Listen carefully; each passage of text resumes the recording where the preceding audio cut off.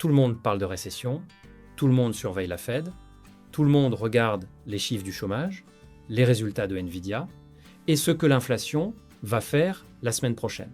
Et pendant ce temps, personne ne parle des entreprises zombies. Et c'est exactement pour ça que vous devriez vous en inquiéter. Parce que la règle numéro 1 des crises financières, c'est simple. Elles ne viennent jamais de là où tout le monde regarde. Elles viennent de l'endroit que personne n'a pris la peine d'inspecter. Et aujourd'hui, cet endroit s'appelle le marché de la dette corporate. Mais avant d'aller plus loin, il faut qu'on parle d'une chose. Parce qu'il y a un terme que vous allez entendre beaucoup dans cette vidéo. Et ce terme, c'est entreprise zombie. Non, ce n'est pas une métaphore de film d'horreur. Enfin, pas tout à fait. Une entreprise zombie, c'est une entreprise qui gagne juste assez d'argent pour rembourser les intérêts de sa dette, mais pas assez pour rembourser la dette elle-même. Elle ne grandit pas, elle ne meurt pas, elle survit, comme un zombie. Elle consomme des ressources, elle occupe de l'espace, et elle avance en titubant, sans jamais vraiment aller quelque part. Et le problème, c'est qu'il y en a beaucoup plus que vous ne le pensez. Pour comprendre comment on en est arrivé là, il faut remonter à 2020. Parce que quand la pandémie a frappé, les banques centrales du monde entier ont fait une seule chose. Elles ont ouvert les vannes, les taux sont tombés à zéro, les programmes de rachat d'actifs ont explosé et les gouvernements ont injecté des milliers de milliards directement dans l'économie. C'était comme donner une carte de crédit illimitée à tout le monde en même temps et dire « allez-y, on verra plus tard ». Et les entreprises ont fait exactement ça. Elles ont emprunté massivement parce que quand l'argent coûte 0%, pourquoi ne pas en prendre ? C'était le buffet à volonté de la dette corporate. Et personne ne vérifiait les bilans à l'entrée. Le résultat ? Entre 2020 et 2022, les émissions de dette corporate mondiale ont atteint des niveaux historiques. Des entreprises qui n'auraient jamais pu emprunter dans des conditions normales ont soudainement eu accès à des capitaux quasi illimités.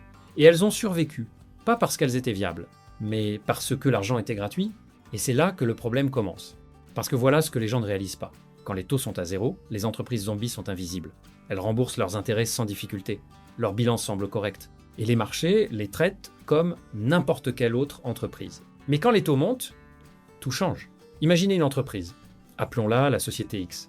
En 2021, elle a emprunté 500 millions d'euros à un taux de 2%. Ses intérêts annuels, 10 millions. Gérable. Elle survit. Maintenant, en 2024, cette dette arrive à maturité. Elle doit la refinancer. Mais les taux sont maintenant à 6%. Ses nouveaux intérêts annuels, 30 millions. 3 fois plus. Et si ses revenus n'ont pas suffisamment augmenté pour absorber ce choc, elle a un problème. Un vrai problème. Et la société X n'est pas seule. Parce que selon certaines estimations, entre 15 et 20% des entreprises cotées dans les pays développés répondent aujourd'hui aux critères d'une entreprise zombie. Ce n'est pas une anecdote. C'est une bombe à retardement silencieuse tapie dans les bilans comptables que personne ne veut regarder. Mais voici où ça devient vraiment intéressant. Et vraiment dangereux. Parce que le problème des entreprises zombies ne s'arrête pas à ces entreprises elles-mêmes. Il se propage, comme un vrai zombie d'ailleurs. Premier niveau de contagion. Les banques, parce que qui a prêté cet argent aux entreprises zombies ? Les banques. Et quand ces entreprises commencent à faire défaut, les bilans bancaires se détériorent. Les provisions pour créances douteuses augmentent. Et les banques deviennent plus restrictives dans leurs prêts, ce qui affecte toutes les autres entreprises, même les bonnes. Deuxième niveau de contagion, l'emploi, parce que les entreprises zombies emploient des gens, beaucoup de gens. Et quand elles s'effondrent, ce ne sont pas juste des chiffres sur un bilan qui disparaissent, ce sont des emplois, des revenus, des familles, et une hausse du chômage qui ralentit la consommation et pèse sur toute l'économie. Troisième niveau de contagion, la confiance des marchés, parce que les marchés détestent les surprises. Et une vague de défauts corporate non anticipés est exactement le genre de surprise qui transforme une correction en panique. Et c'est le problème avec les crises silencieuses. Elles ne s'annoncent pas, elles s'accumulent, lentement, invisiblement, jusqu'au jour où tout le monde réalise en même temps ce qui se passait depuis des années. Et là, il est trop tard pour pas être surpris. Maintenant, pourquoi personne n'en parle ? Parce que les entreprises zombies ne font pas la une, elles ne s'effondrent pas spectaculairement un mardi matin, elles titubent, elles négocient des extensions de dette, elles vendent des actifs, elles font des restructurations discrètes.